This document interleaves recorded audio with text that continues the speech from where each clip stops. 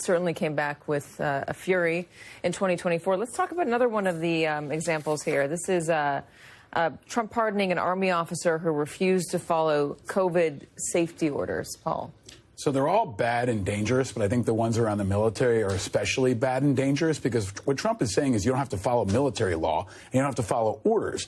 The example you're talking about is Lieutenant Mark Bashaw, who said he wasn't going to follow COVID-19 protocols. Now, no matter how you feel about COVID-19 protocols, they were law at the time. They were direct orders at the time, and Lieutenant refused them. So Trump has now pardoned him. There's also Army Sergeant Earl Lamont Smith, who stole and sold thousands of military computers. Just right out in the open, FBI found him, tried him, convicted him. He admitted it. And Trump is saying he's off the hook, too. So it's a really dangerous precedent that he's sending and a message he's sending to the military. You don't have to follow orders. You don't have to follow the rules. You don't have to follow the law. We know he says that often, and he celebrates people who break the rules and go around the law. But it's especially dangerous in the military, where we need good order and discipline. I'm not satisfied with the numbers, so we need to increase.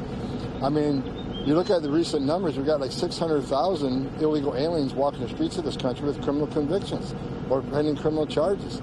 So, yeah, we need to do more. President Trump made a promise to the American people. The American people put him in office on this top issue is immigration enforcement. Paul Rieckhoff is back with us. Paul, let's talk about immigration and the politics of it. The administration is not polling well when you're talking about immigration. They're polling well when you talk about the border, but not immigration. And that's because despite them, lots of voters holding up the mass deportation signs at the convention, you're seeing individual stories that are heartbreaking. Individual stories in small towns across America, deportation of mothers or fathers or small business owners, people who become beloved in the community, finding themselves on a plane out, and you have a number of members of the community saying, we voted for Donald Trump, but we thought he was going to go after the criminals. You hear Tom Homan talking about criminals, talking about all these criminals we're going to get. But the people that they're getting are family members. I mean, are not, the crime that they committed was coming here in the first place. Yeah, I mean, the old saying, all politics is local, is true in this issue, especially because local communities are seeing people that they know and love ripped out and sent away and put in jail. There's this, huge profile in the New York Times of Carol from Missouri. Carol, talks about the lady who works at the waffle shop, right? They've known her in the community for years. She's got kids in middle school, and now she's locked in a jail cell. And it seems cruel. Right? It seems cruel. It seems mean. It also seems un-American. And I think this is where Trump's policies are hitting a really important guardrail, a populist guardrail, a local guardrail. And I think an interesting parallel is how he's laid off federal workers similarly in local communities. Sounds great. But when your friends and family start getting laid off and they're no longer working at the TSA or at the VA or at local I know places. some people who have been laid off or were forced to retire early, and they're still loving him. They don't care. I don't think that's true nationwide. And I think in red communities, especially in places where they care about national security, in places where they care about police. I mean, they're seeing their friends and neighbors ripped out, and it's more than just making it about criminality. I mean, there are instances of criminality that, of course, have to be addressed, but when they kind of wrap it in that, people know the truth and they see through it. And I think it's especially hurting him with independents. And I think you're going to see that in the midterms for Republicans who try to push this issue harder. Paul, hold on one sec, because we're talking about these individual stories. We have one of those individual stories right now. We brought you this a couple weeks ago, and now we're very happy to say that we have the girl in question. Jimena Arias Cristobal has become one of the faces of President Trump's immigration crackdown. We told you her story. She is a 19-year-old Georgia college student who was mistakenly pulled over for a mistaken traffic violation. Then she was detained by ICE officials. She has been in the U.S. since she was 4 years old. When her family crossed the border from Mexico illegally, she spent 16 days in custody in detainment before she was finally released on bond last week. And though she was released from detention, she still faces potential deportation to Mexico. Jimena Arias Cristobal joins me now. Jimena, thank you very much for being here. I love seeing that smile. I love that. That makes me so happy to see you smiling. How are you? I'm good. A little bit tired and still trying to process everything, but overall I'm good. I like the welcome home balloons behind you. Not to bring you back to a darker space, but I'd love to hear what it was like in that detention center. It was very hard because they treat us more like we're in a prison rather than a detention center. So I think they deprive us of a lot of our rights that we need to have in the detention center. Who was in there with you? A lot of innocent people that are in the same boat as me or in worse situations. Tell me about some of them. One of them is this lady that means a lot to me. She isn't much older. She's around 20, 21, and she was pregnant.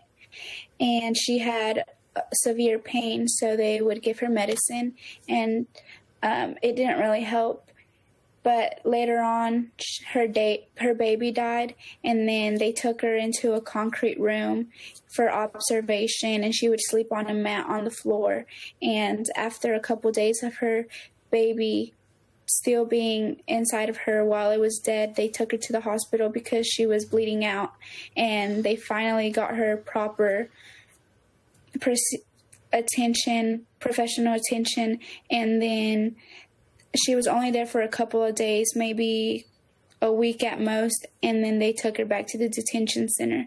And I just think it's very, very inhumane that they made her wait to get professional care, and now she's back in the detention center without being able to really contact her family while she was going through that. And now she's facing deportation to Mexico, where she has no family members. So she told you she was pregnant, she lost the baby, and she was made to sleep on a mat in a concrete room? Yes. That was rough. That is rough. And she's still in detention. She still is. I believe she's going to be 3 months here in a couple of days. Wow. That she's been in. Yeah. You talk about feeling like you weren't treated properly, like you didn't have rights. There are people in this country who would say, why should you have rights? You're not here legally. What do you say to them? I'd say that even though I don't have the proper documentation as well as a lot of the people in there, it doesn't matter at that point because they're depriving us of our human rights, and everybody is allowed their human rights. You've been here since you were 4. Have you ever considered yourself anything other than American? I haven't. I consider myself Mexican because I love my heritage, but I am an American because I grew up here since a very young age. All I know is the United States, my customs, my friends, my way of thinking is much like an American. Are you still facing deportation? Yes, I am. Being out on bond doesn't mean I'm free to live in the United States. Being out on bond means you have an order of deportation, but you have time to figure out if you can stay in the country legally. So what are you doing right now to try to stay?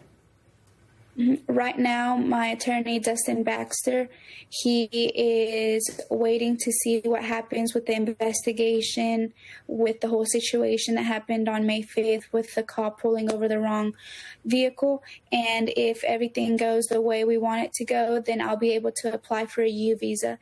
And if that's not a possibility, then I'll just hook onto my dad, and whatever happens to him will happen to me. Yeah, because he was also in detention and is now out on bond as well. I know Yes. You have a message to the officer who pulled you over.